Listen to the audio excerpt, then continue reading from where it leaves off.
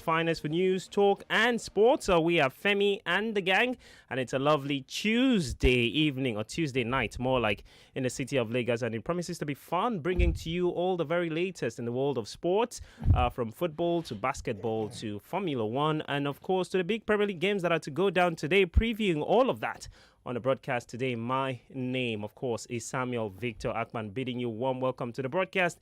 And alongside me is Anthony, the voice. Together, we're here up until 8:45, being the foreman or the front runner for the guys that will bring to you live commentaries in the Premier League today. 3 matches on the cards. Most importantly, Burnley's home trip against Manchester United. So, Anthony, great to hear from you, man. Welcome to the broadcast. Yeah, feels good to be back on radio. You know, it's always... Like you've been away for a long time. Yeah. What was the last time? On Sunday. Yeah, feels like a long time. But yeah, good to be back, and lots to talk about as we look forward to the Premier League returning after the winter break and all of that. So yeah, excitement to come, and I can't wait. Let's go.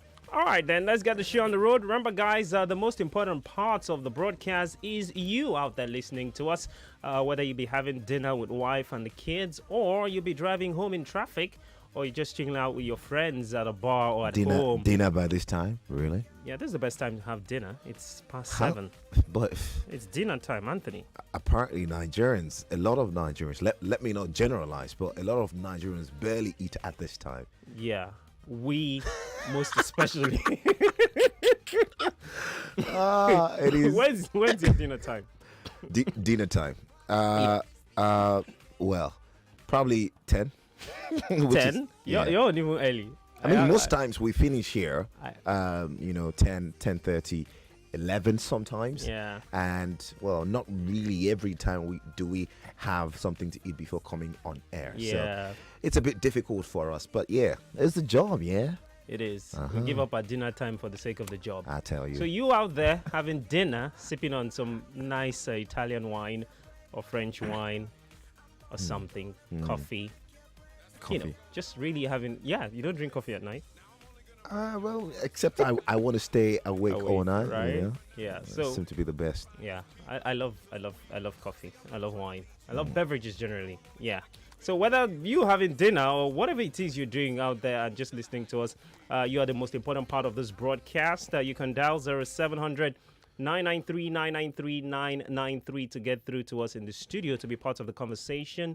We've got a female line for you females, 01465 7190. That's a female line, of course. WhatsApp is there for you, 08095 975805. We're live streaming on Facebook, Nigeria Info FM 993. That's our Facebook page, of course, on YouTube as well, Nigeria Info FM. You can also send us messages or drop your comments underneath our post on Instagram at Nigeria Info FM Lagos. That's our Instagram handle. So many platforms via which you can be part of the broadcast tonight and get to hear from you. So let's give you an idea of what we're talking about today on the show. Well, yes, thank you very much, Anthony.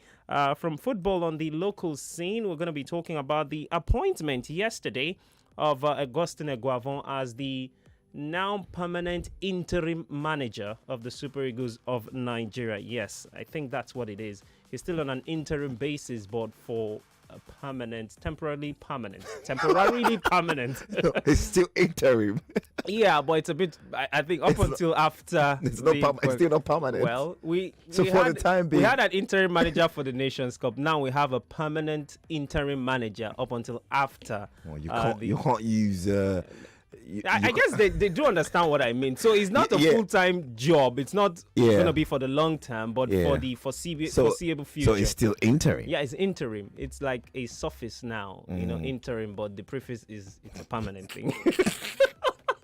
Wahala. We're going to be talking about that on the broadcast, Augustin Eguavon as well. And of course, the big one from there has got to be Emmanuel Amuneke being brought on board to be part of the coaching staff of the Nigerian Football Federation. Lewis Hamilton in F1 and his future. He's back at McLaren Mercedes, and he's been talking Even though it's just a few words he's had to say as to, the future for himself, which is not clear at the moment. Also something on football, Mo Salah, after Sunday's disappointment in Cameroon, is back on Merseyside Anfield, and he says he's ready to put that disappointment behind him and help Liverpool forge ahead. And the big one, just a couple of minutes before we came into the studio, myself and the guys in the newsroom were having this conversation as to West Ham's Zouma and his treatment of his pet. If you've seen that story, West Ham have condemned and said they will fine Zouma as to all of that incident with his pet, really, and his brother filming that one and putting it on social media. A bit of transfer news: Karim Benzema versus Erling Braut Haaland, and of course Declan Rice, £100 million player, you think? Well, all of that on the broadcast in just a second.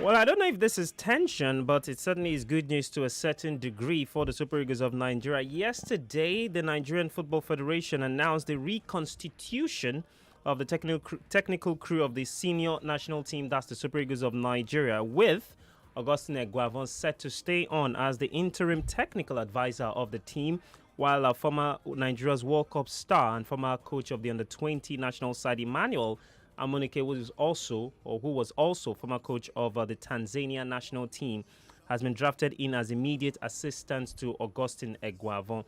So that's the news that's come out. All of those are reshuffling, if it can be termed as that. This is what it's amounted to: Augustine Eguavon, the technical advisor on an interim capacity; Emmanuel Amuneke, the first assistant coach; Salisu Yusuf stays on as the second assistant coach and the first team coach of the Chan Eagles. Joseph Yobo still stays on as the third assistant, while Aloy Agu is the goalkeepers trainer for the Super Eagles of Nigeria. Now, we know the reconstitution comes after the Super Eagles' outing at the just concluded African Cup of Nations in Cameroon, and ahead of that big cracker against the Ghanaian national team for that ticket to Qatar in 2022 in November. Now, according to the statements as released by Ibrahim Sanusi for the NFF, he says, "We acknowledge and appreciate the interest that Mr. Jose Pesero has shown in Nigerian football during our very cordial discussions and have absolutely no doubt about his capacity. We believe that perhaps in the future there could be an opportunity to work with him. However, in view of the positive performance of the Super Eagles of Nigeria," take note of that, in view of the positive performance at the just concluded African Cup of Nations, which has given hope to Nigerians and boosted our confidence in the present coaching crew to qualify us for the World Cup in Qatar, we have decided to accept the recommendation of the Technical and Development Committee to retain the Augustine Eguavon-led coaching crew and strengthen it with the addition of Emmanuel Amuneke. That's what the statement has said, and that one was released yesterday. Now, the big question, Anthony, I mean, we've sat here night after night, week on week, and talked about Nigeria's Super Eagles and the performance at the African Cup of Nations. Has it been, or was it, a coaching problem? Is it a player personnel problem? We've talked about Raw, we've talked about possibility of Pesero, what to do. But the question is now, to what degree does the addition of Emmanuel Amuneke better the chances of the Super Eagles of Nigeria? To what degree? On a small scale, large scale, medium scale? Well, I think it is hard for you to, conclude and say black is black, white is white currently. But black is black. Well, white is white. Well, in this context, the more you look, sometimes the less you see, right? We're in a situation where we're trying our hands on various things, all right? Which is very unhealthy. But that is the situation that we find ourselves. as a country. And to be honest, there are no assurances of anything particularly. You were reading through and you highlighted where the General Secretary of the NFF did talk about Yeah. the positive performance. I don't know if that was a positive performance. As a matter of fact, it has to be one of the poorest by the standards of the Super Eagles at the African Cup of Nations. But, you look at the performances in terms of, well, the group stage. Yeah, you want to say for the very first time in a long time, Yeah. Nigerians saw a very positive type of football. But let's not forget, football is a sport that is played, and the quintessential goal is to win. Winning. And so yes, you want to play great football. I mean, Mourinho is one of the greatest managers. He's not known for playing great football, but he's known for getting results. Yeah. And at the end of the day, yes, Nigerians are saying, "Oh, we love the way they played. Oh, the way the flair, the way they were passing, the way they transitioned, and all of that." Listen, they don't get the result, we will forget that. We will forget that. Oh, this team is playing so well. We will forget that. We will turn on the coaching crew or whoever. So at the end of the day, the most important thing, all right, beyond just on-field, aesthetics, beauty, and what you can see is results. So that issue of positive, I don't agree. I think that is patronizing. Austin and his crew. I don't think he needs that. I mean, it's not positive by the standard of Nigeria at the AFCON, and we're getting to that point where it's like we're beginning to, just manage what we have. We're accepting mediocrity or whatever. I don't know, but it wasn't positive. Neither was it negative in terms of the style of play, which I've talked about. But like I said, one thing is king, and result is king when it comes to this sport and pretty much every other sport. But Emmanuel Amuneke, what will he bring? Yeah. I think that Big question. He's a very enterprising manager. For those who followed Tanzania, at the 2019 Nations Cup, I particularly saw the way they played their football. They were in a really tight group. That group had the eventual finalist, Senegal and Algeria. Yes, and that group also had Kenya. Their style of football, what he brought to the side was enterprising to see. Looks a bit what Austin, did with the Eagles, at the Nations Cup. Unfortunately, they couldn't win any game, and he resigned. And then the experience at Egypt. All right, Anthony, hold that thought. We're right. going to break and we'll be right back. This is Game On. 12th of February 2022. Have you registered? Have you received your bean? If you haven't,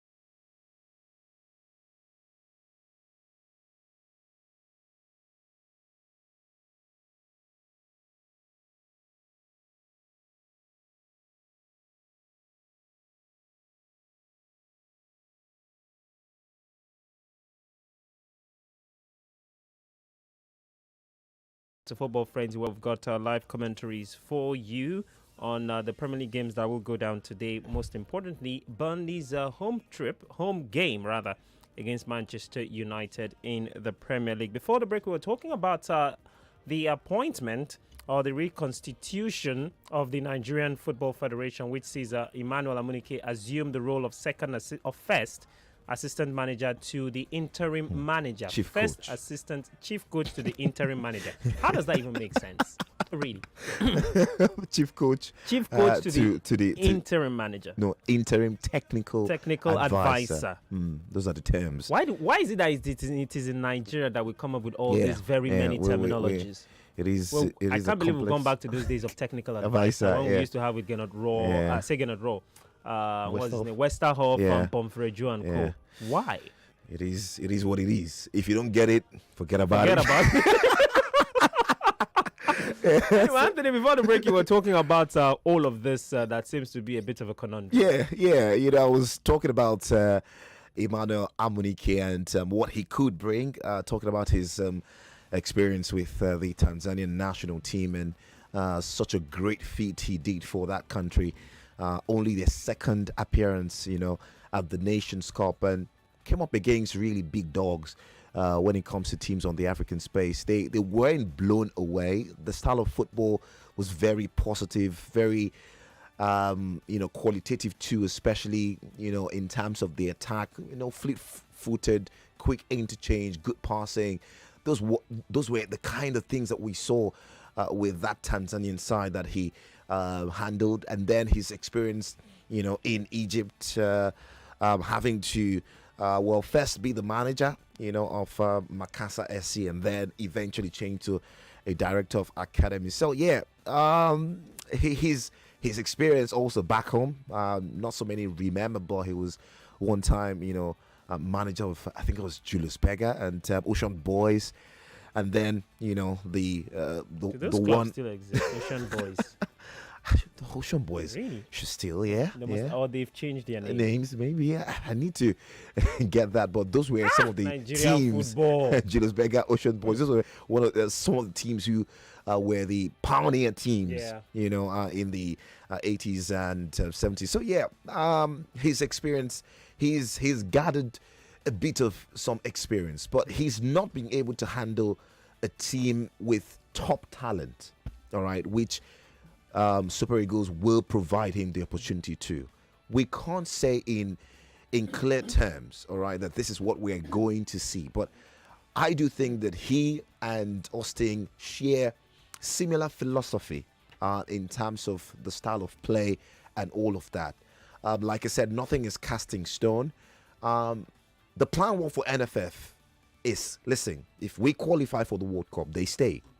If we don't qualify, Pesero comes in.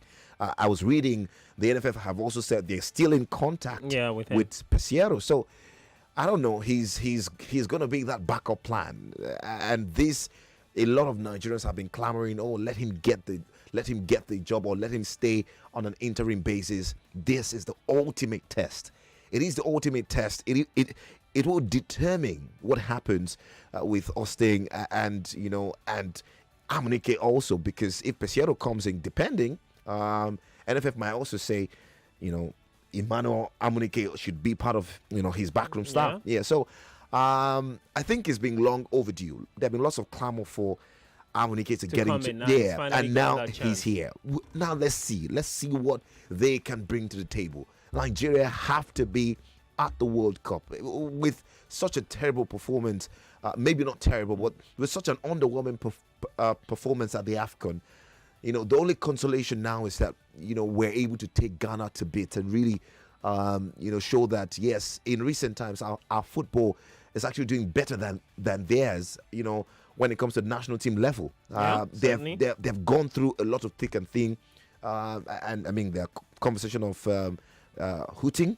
Former Huddersfield manager. Chris Hooting. Chris Hooting being their new coach. So that would provide us some really good tactical battle too, because Chris is one of the very finest black managers. In the game. So let's see what happens. We can't say, but I do think he can bring something We've talked about the style of play, but this time, beyond the style of play, we want a result-oriented team. We want a team that can play dirty when they need to play dirty to get the required result. We want a team that can play with flair when they need to do that. We want a team who can deliver the goods. That's all, So for now, we're just going to postulate the end, like I oftentimes say here, justifies the means. All right. I've got some backup questions, but I guess in the midst of that explanation you just gave, you may have answered. But for the benefit of the listener, I don't know. Technical advisor, first team coach in Emmanuel Amuneke. I mean, who comes across as the man in charge still? He's Austin Egovon is in charge, clearly. As the technical advisor. Yeah, clearly. And Amuneke would just, be that support, that right-hand man who could, really influence also. So, yeah, I mean... Okay, so he stays in charge. And we've got two potentially very good managers on there. I mean, we're not talking about assistant managers here. We're talking about real managers. Don't forget, Sam, let me track you back. A few months back, when there were questions about Amuneke becoming the assistant to Gennett Roar, he particularly said no. So why is he taking this now? He particularly said no, that he can't be an assistant. He was probably clamoring for the job head on. Yeah. But now, I guess maybe Austin, he's got a good relationship with him. They're colleagues. They've been long-time friends. Am I the only one who sees this possibility of a clash? Like, okay. No, I don't think there'll be a clash. Like I said, both men have got a really good relationship. And I'm very sure that the positioning, all right, the titles encapsulate your job role. For him being as a team coach, he's supposed to support the technical advisor who has the final say, really. So he's supposed to provide that appendage for him. So I think their roles are elaborated. So if you have technical advisor, you have the chief coach, you have 2-3 assistant managers. Isn't this Salisu. a bit Salisu, Yobo, and of course Aloy Agu? Well, Aloy's case is different. He's a goalkeeper trainer, but when you have 2 extra assistant managers and there's the manager still Yobo in that mix, I mean, isn't this a bit too elaborate for a national team, especially when we find ourselves in this situation where we need a clear definition of the path we want to tow? Sam, he who plays the piper, all right, dictates the tune. Maybe we have to take. We have to lobby to pay the piper so we can dictate the tune. Absolutely, yeah. We have the usual systems of just coach and assistant coach, which is pretty more straightforward. Yeah, but listen, I mean, any federation, they have the right to whip it the way they want. It's their money. I mean, it's not their money, but they are the one in charge, and their primary aim is that this, whatever they have done, is going to produce results. If it doesn't, then we come on them. It is very simple. So you have the power to do what you have to do. At the end of the day, you will be judged based on what you can produce, as a federation to move Nigerian football forward. All right, so you're a stakeholder out there listening to us on the broadcast as a fan, just as much as we are, just as much as the authorities in charge of the Nigerian Football Federation, led by himself, Maju Pinnick, is, and all of the technical committee of the Super Eagles of Nigeria. Are you satisfied with this 5-man setup going forward, which has pretty much become the case for our football these days, the norm pretty much? We have this very, extensive or large coaching setup. So in case you don't know, Austin Eguavon, technical advisor on an interim basis, Emmanuel Amuneke, first team coach, Salisu Yusuf, second assistant and coach of the Chan Eagles. Joseph Yobo is the third assistant, and Aloy Agu, the goalkeeper's trainer. So that's a 5-man coaching unit for the Super Eagles of Nigeria. That's the one question. Secondly, to what degree, like I asked Anthony, do you think the addition of Emmanuel Amuneke betters the Nigerian Super Eagles team? And of course, if he were that good, according to the words of Salisu, who said based on the improvements they saw, why not appoint Eguavon on a permanent basis? That's my question. If I had the opportunity to ask him, that's the one thing I'm going to ask him if I were, in that position. But so that's the conversation we're having before we go and switch on to something else. 0700 993 993 993. That's the number to dial. Females, please dial 01465 7190. Twitter at Nigeria Info FM. You can tweet at us using the hashtag Nigeria Info Game On, and of course Fatg Live And on Instagram at Nigerian Info FM as well. And of course, the gang's handle at Fatg. So many platforms with which you could reach us. We're live streaming on Facebook and on YouTube as well. So do well to drop your comments underneath our post so we can take all of them as we go on the broadcast. We're talking about Emmanuel Amuneke's addition to the Super Eagles of Nigeria. Meanwhile, Nigeria and Ghana will face off at the MKO Abiola National Stadium in Abuja on Sunday, the 27th of March, in what is surely the first leg of a potentially explosive FIFA World Cup qualifier. So Nigeria confirming the date for our home leg, which is going to be on the 27th of March. Ghana is yet to confirm theirs for that reverse leg in Accra. So just a bit of news to bring to you. So let's talk 0700 993 993 993. What do you make of the addition of Emmanuel Amuneke and, of course, the 5-man coaching unit for the Super Eagles of Nigeria? Hi, good evening to you. Good evening. My name is Eddie. Welcome, Eddie. Yeah, I'm calling from Ichigo. All right, go ahead. Welcome. Good evening, The Voice. Yeah, you're welcome. Yeah. Interesting questions you guys are asking there. I don't know if you guys have seen the video on YouTube. I think that video came up either November or so, where Guavon was explaining the way they played in 1994. Yeah. You've seen that? Yeah. We have seen it. We have played it here too. Good. Yeah. Now, that was exactly what they played at the AFCON. And Amuneke was part of that team. Yeah. So bringing Amuneke to join Guavon, Amuneke happens to be a coach also, and bringing his Barcelona experience also, which I think was what the Tanzanians played.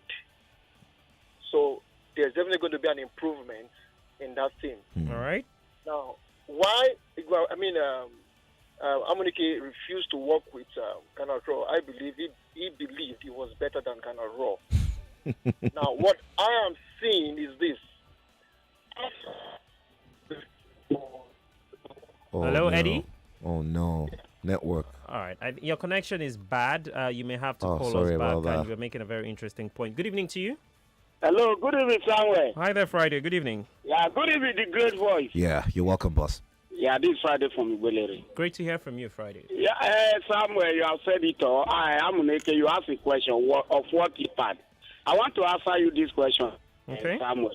If the Super Eagles succeed in qualifying to the World Cup, who takes the credit?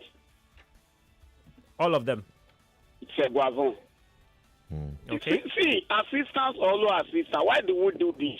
We have Amuneke, a very good coach. We have Jose Yobo. It's understandable. You can call that one defender coach. You have Aloy Agu. We call that one goalkeeper coach. Then Yusuf. Is it a midfielder coach or the striker coach? See, Which position is he? we're having a department set up. One coach for one department. For the department, and then what of the reserve coach? Why can't we just appoint another person, maybe Siasia, as a general overseer? And we still have ambassadors. So there's the ambassadors. Somewhere, you people are professionals now. You will not say the truth now, even when you know it. But truth hard. In your closet, when you are in your beer parlor, Yeah. you discuss this thing more than this now. Yeah, You say the sometimes truth, when we say it, it's like we're taking too much of a swipe at the football authorities. Amuneke is there. They said it before going to that nation call. What of this Pizarro? When the way he analyzes Nigeria football, he has knowledge. Yeah. He analyzes it that if he Like was as if he has been here for a long time. We have no business using to Algeria in that nation cup. We have no business using to Argentina in that World Cup. And all of a sudden he's not. Talk about it. All of a sudden he's not good enough. No, it's not good enough because we were still the best club, the best country in the group Group stage. stages. Group stage, we won the group stage. Yeah. That is why we have. Oh God, what a country are we? That's fine. We'll survive it. Thank you very much, Fred. I appreciate it. Hello. The volume of your radio set. Turn it off. Yeah, you're welcome. Yeah, my name is Amos. All right, go ahead. I think what has happened is simple. Amuneke is brought into the team to boost the team because they know that in a way. Were they lacking that to begin with? Is that what? Were they lacking that boost, like you termed it, to begin with? No. What they try to do is they know the World Cup is so important, and they are satisfied a bit with what Guavon has done. They feel like they need to act more, so that at least they can benefit from each other, because one, they are friends. And Amuneke cannot. So are we now dropping. making appointments for the national team based on relationships? No, it's not about relationship. But you just said they are friends. Eguavon has been a national coach before Amuneke. So they cannot. So in a way, what the NFF is trying to do is they don't want to cause a bit of commotion. So they cannot bring Amuneke to be on top of Eguavon. Okay, my question now to you is, if we say Eguavon did well, or to a certain extent at the Nations Cup, what's the point bringing on Amuneke? No, what they feel is this guy did at least better than Genero. Now let us. Which is not true anyway. Which is not true. We're never going to go there. No. It depends. No, I used to watch Genero's team, and at a point I stopped watching. But watching the Eguavon team is better for me, even though we didn't get to. But that's not the objective. That's not the objective. If you're not winning and you think you are satisfied with the... What kind of a satisfaction do you derive from a team? Yeah. Okay, let me compare a Nigerian team to the Egyptian team. Egyptian team, they struggled all through the tournament. So they got to the finals. Now everybody was even praying that they lose because they don't deserve to be winner. No, don't say they don't. No, don't say they don't deserve. No, just because we defeated them. No, that's wrong. No, come on. No. I watched all their matches. They were just being defensive. No, it is a plan. It's a plan. Defensive football is a plan. Just like attacking football is a plan. Won that game, that is injustice. No, it's not injustice. How is it an injustice it's not football? Injustice. They deserve to be in that final. They deserve to be there. They also deserve to win it. No, all they were doing was defense. All right, let's bring it back to the Super Eagles of Nigeria. Let's bring it back to the Super Eagles let's in 10 seconds. Let's not deviate. So wrap up on your thoughts. And the studies you are talking about, you see, this NFF, they are politicians. What they have just done is they know Nigeria very well. So they need to maintain a balance. Please, let's not bring that notion. No. There's no proof to that. There's no proof to that. Let's not sell that notion. All right. Thank you very much. Appreciate it. I don't know why we like to go down that route. It's not the best. This is football. If we have to, even if we say that as regards other spheres, let's not bring it to our football. It's detrimental. Hi there. Good evening to you. Hello. Hi. Good evening. Yeah. Good evening. What's your name? Samuel. Yeah. I'm Maduka from. All right, great to hear from you, Maduka. Quickly. Yeah. First of all, let me straight to the point. Amuneke is better tactically than Eguavon knows. They are very close, very good friends, very close. It would be unfair having gone how I had gone during the AFCON. To drop Eguavon. Would it have been unfair in football? No, wait. All right. Wait. What I think is playing out is that Amuneke will eventually, somewhere along the line, take over, assume the full managership. Okay. Of that's what I believe. All right. But that depends on whether they qualify. Amuneke and Eguavon will go to World Cup if they qualify, but after World Cup, we'll now bring Pasero. Pull back. No. And Amuneke would go for. And Eguavon, they have very close relations. They won't quarrel. Why does that I'm sure angle get me miffed when I hear it? That they have close relationships. That's why the appointment comes in. But I get your point. He's saying. No. That's not what I'm saying. I'm saying in terms of clash of interest. Yeah. Okay, Clash of that will help. Instructions. Okay, all right. I get you now. They'll be able to come together on a table. Okay. And make agreements. Let's drop this name. Let's do this. Okay. They'll be able, they will handle whatever will come out of it. All right. That's what I'm saying. Thank you very much. It's not because they have to be work together because they are friends. No. All right. I understand. They are both qualified. Okay.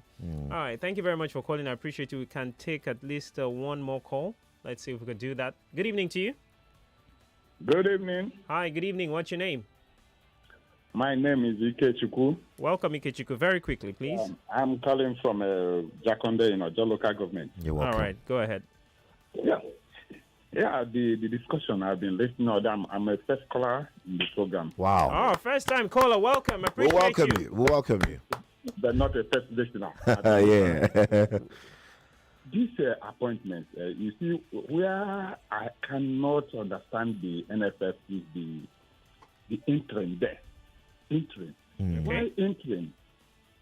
I believe you have given a Gavon the job. Remove that interim. Give him the contract. If it is 2 years contract, because next year we are having Nations Cup. Yeah.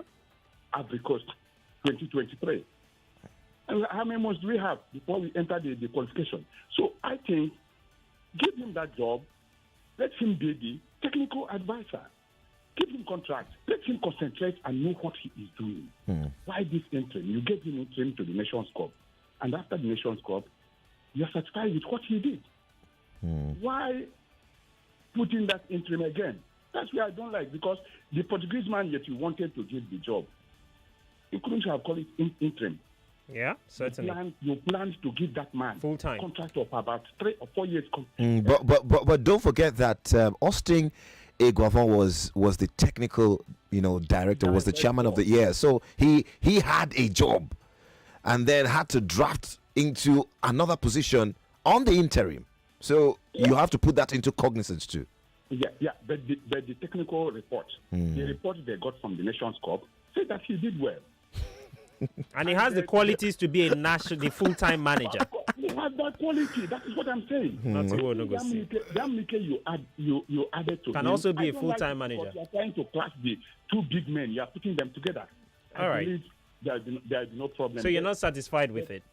My own decision is remove that interim. All right. I believe two of them will work together. But let NFF remove that interim and give him the jobs. Let him concentrate and know what he's doing. Okay, you should then. not be doing job as you are under probation. I don't know whether I get the job or I not get the job. Okay, then. So he doesn't qualify for World Cup, you sack him. But if the white man doesn't qualify, we still retain him. All right, then.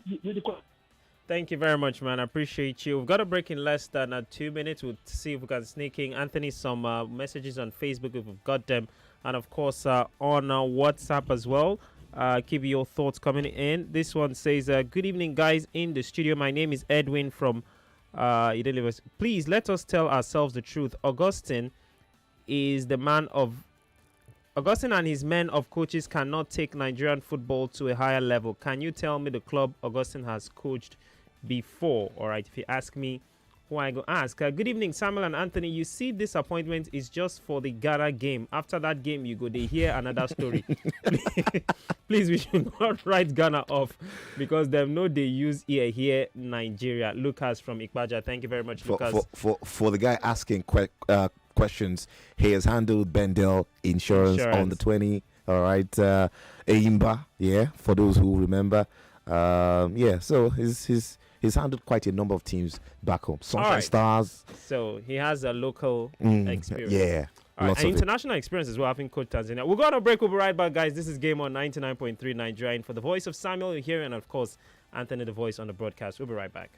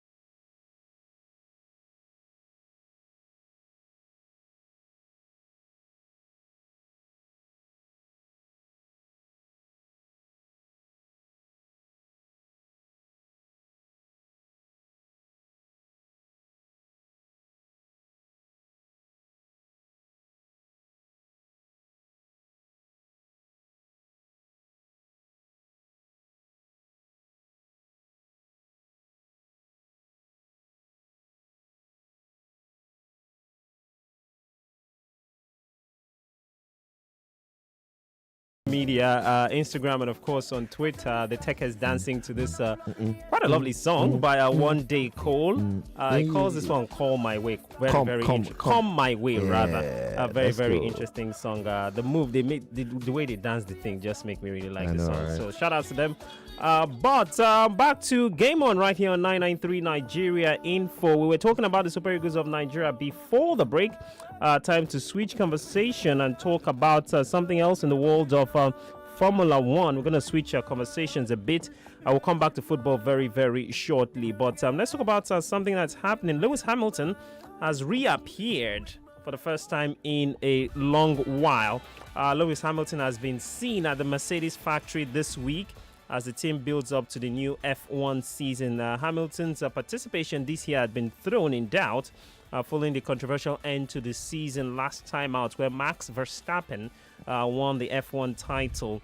But the 7-time champion has been at the Mercedes factory, like I said, on Monday, that's on Tuesday today, completing preseason tasks required if he does race. So he's back there. That potentially means he could be racing again for F1. His future had been in doubt, like I said, but he hasn't really said anything officially, and that still puts all of that conversation up in the air. He also shared some videos of himself doing physical training and preparation. That's talking about Lewis Hamilton. The 37-year-old is waiting on the outcome of the inquiry into last season's final race before making a decision on his commitment to F1 this year. That's all about Lewis Hamilton. We also hear that race director Michael Massey failed to follow the rules that's off of last season in administering a late race safety car period, and his actions led directly to Hamilton losing the championship to Red Bull's Max Verstappen. Hamilton has not spoken since that incident happened, and he also missed the end of the year, festival they had for F1 or gala or event or something like that. He missed that one, but he's given indications that he may be ready to go back into F1 this season. Anthony, the question now is, with all this inconsistency now, controversy surrounding Hamilton, some have said it's a case of him being wary of the new kid on the block, which is Max Verstappen. And maybe it's best time to walk away now, that the ovation still is loudest after they will say that controversial defeats take end. Like we also saw with the Iceman, what's his name again? The German, Nico Rosberg. After getting that one F1 title, he left the scene. Do you think that's actually something true with Lewis Hamilton, that he's wary of Max Verstappen, or do you think he's just maybe not as motivated again as he used to be after 7 F1 titles? I don't think it is an issue of not being motivated. I don't think it has anything to really do with Max, to be honest. Max was I don't want to say lucky. All right. Some people will say the title. some will say he was lucky, given the really controversial decision by Massey, the race director. But I also want to say that I mean Max, did the work. He did the work for a large part of that season, and it could have been anyone. It could have been Hamilton. It could have been him. So I don't want to go into that conversation. But the point here is, I don't think this has got anything to do with Max or him lacking motivation. By the way, he posted on his Twitter, "I am gone, I am back." And that tweet, have gotten over, I think the last time I checked was almost over 300,000, impression in, I think, like 5 hours. That post had more engagement than Verstappen's winning post on social media. So I mean, it tells you how much of an influence Louis have got across the world. Yes, in the sport. So we saw videos. I saw those videos too. He was doing some little light work. We're hearing that he could also start some morning run and all of that, just to get into Sounds shape. Like a player that has been injured. And I mean, Mercedes have said, he's back. He was at the factory, I think, some 2 days back, doing what drivers would normally do when preparing for the season. The new season. So I don't know why the press is trying to tie this to him waiting on the verdict. Yeah, before announcing his return. I just think it's the press trying to put that together. Although, F1 drivers will be meeting with the committee that was set up to really investigate what happened. And there'll be lots of recommendations, that will be made in the next few days. They will be meeting with the governing body this week to discuss the events of that Abu Dhabi. And some are also saying that Massey might not continue. Most likely will. So there have been some stakeholders saying, given the way things happened, maybe the F1 needs a kind of fresh start when it comes to having a race director. So I think for Lewis, he's doing what he should do to get back into shape and to get back on the grid. I do not think he's calling it quit. I do not think that he's not motivated. I think that so far so good. He's getting back, and without any shockers, he should be back on the grid doing what he loves how to do best. All right, so that's Lewis Hamilton. Like we also mentioned, the future of Massey is also up in the air. Maybe after that meeting between F1 and, of course, to discuss what happened in Abu Dhabi, we might get some sort of resolution to the future of both Massey and, of course, Lewis Hamilton. But one person is just chilling and waiting and saying, bring it on. And that's Max Verstappen. He certainly is the F1 champion at this point in time. Let's go back to football and talk about this man, Mo Salah. Salah, escape Cancelo. Oh, it's brilliant from Mo Salah. And still, Salah. Oh, sensational! Absolutely sensational! Stellar! A goal to dream of! How has that man managed that? A blur of brilliance. He's managed that because he's one of the very best in the world at this moment in time.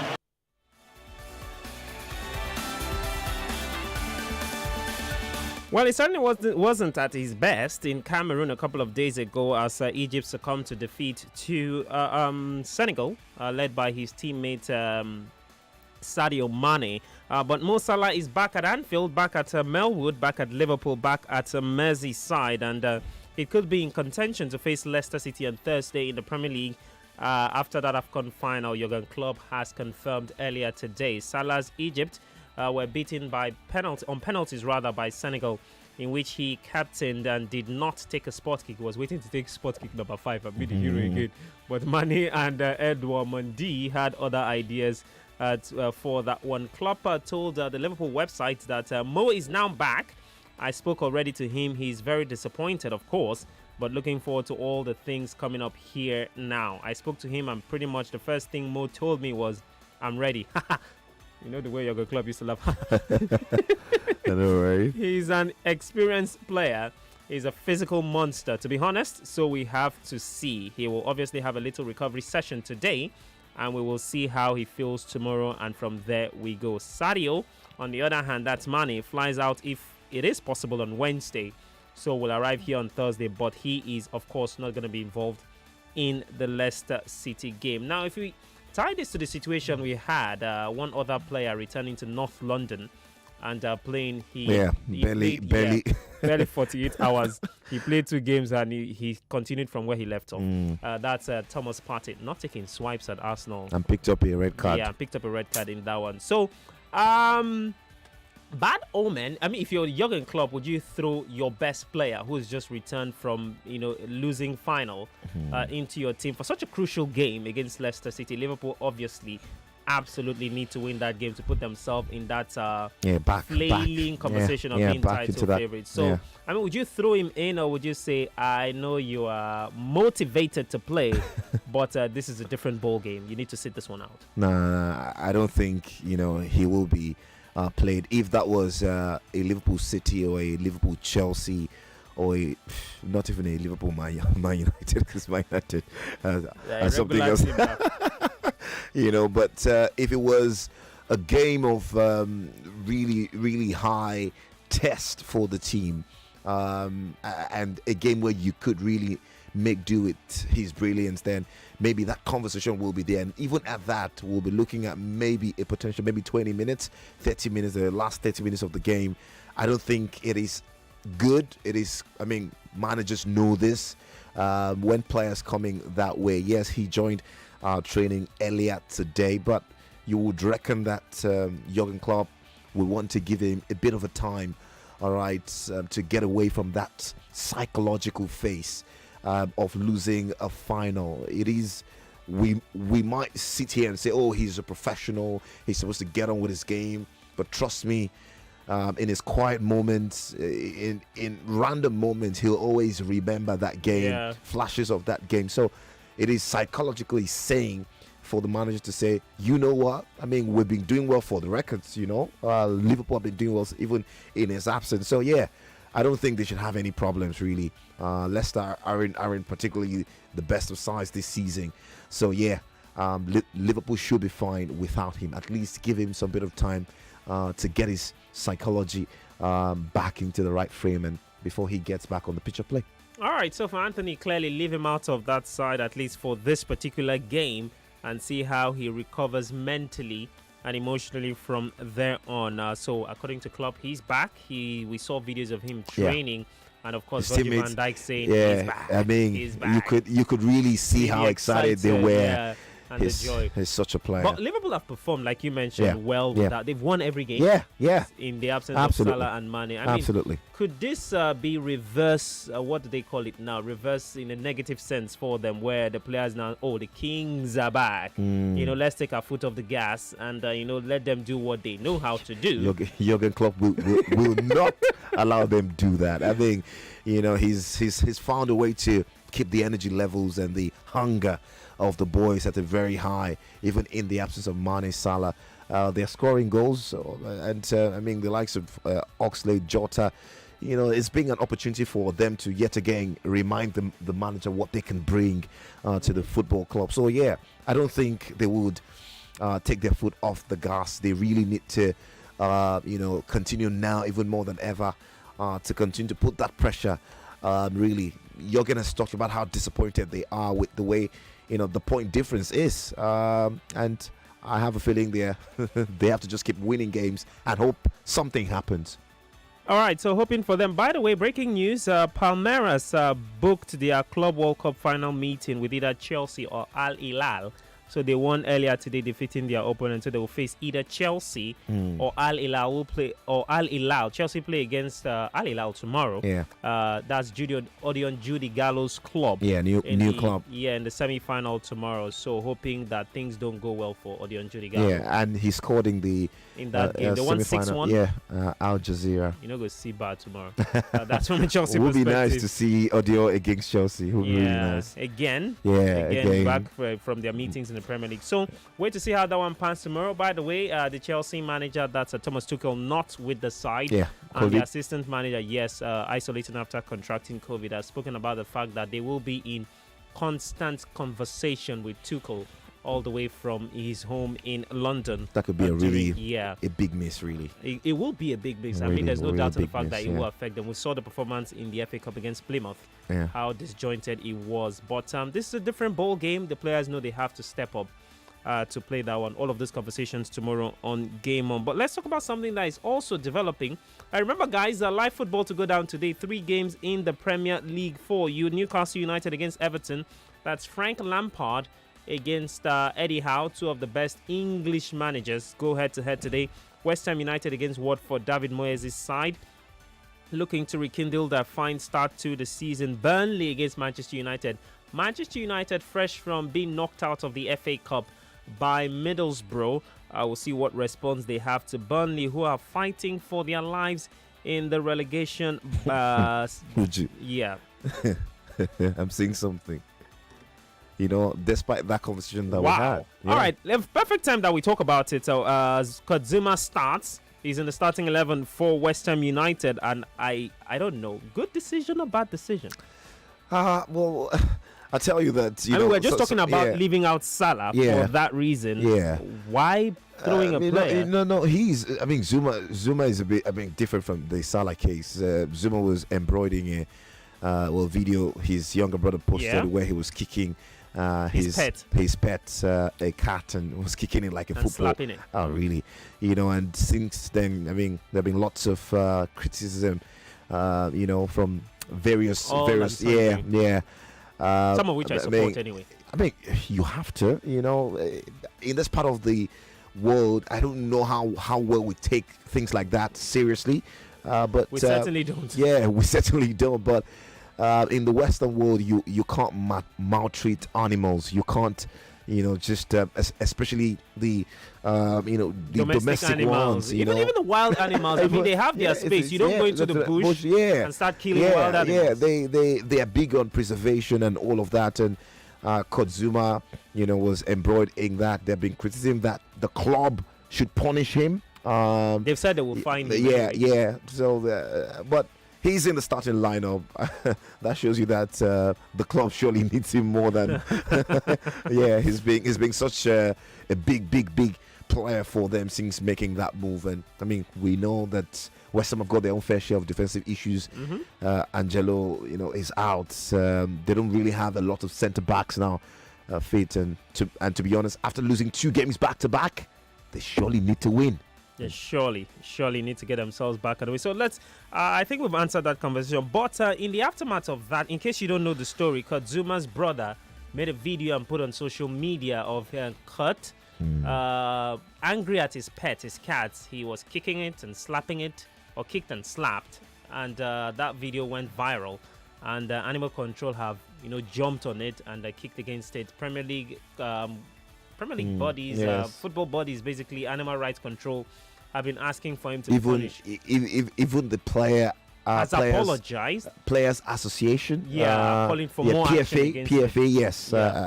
Also, but Zouma has apologized as directed by his club. He's issued an apology where he says, "I want to apologize for my actions. There are no excuses for my behavior, which I sincerely regret. I also want to say how deeply sorry I am to anyone who was upset by the video. I would like to assure everyone that our 2 cats are perfectly fine and healthy. They are loved and cherished by our entire family, and this behavior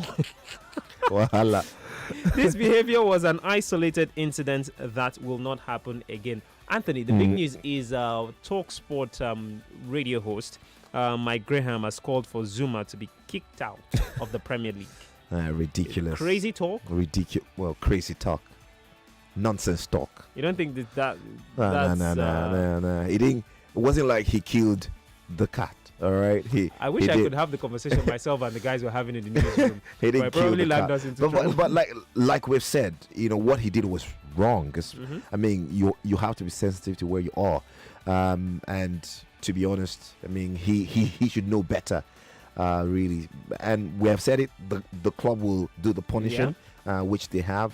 I mean, they feel fine is enough. Anything more than that, I think is just being just doing too much. Yeah, really. But it takes me back to an incident we saw. Yeah, this is a different ball game entirely. But just for that, we're talking about him starting the game tonight. John Terry, the Terry Wayne Bridge situation, and Terry being started in a game for Chelsea away at Burnley. Yeah. And he got booze, he got jeered, he got, very, very hostile treatment. But guess what? He scored the goal that Chelsea won that game with. You see, so sometimes. So you think that's the idea from David Moyes? Yeah, I mean, he's needed. He's one of the players who is currently in the West Ham side. Doesn't really have any of those defenders who have got his quality, really, right now.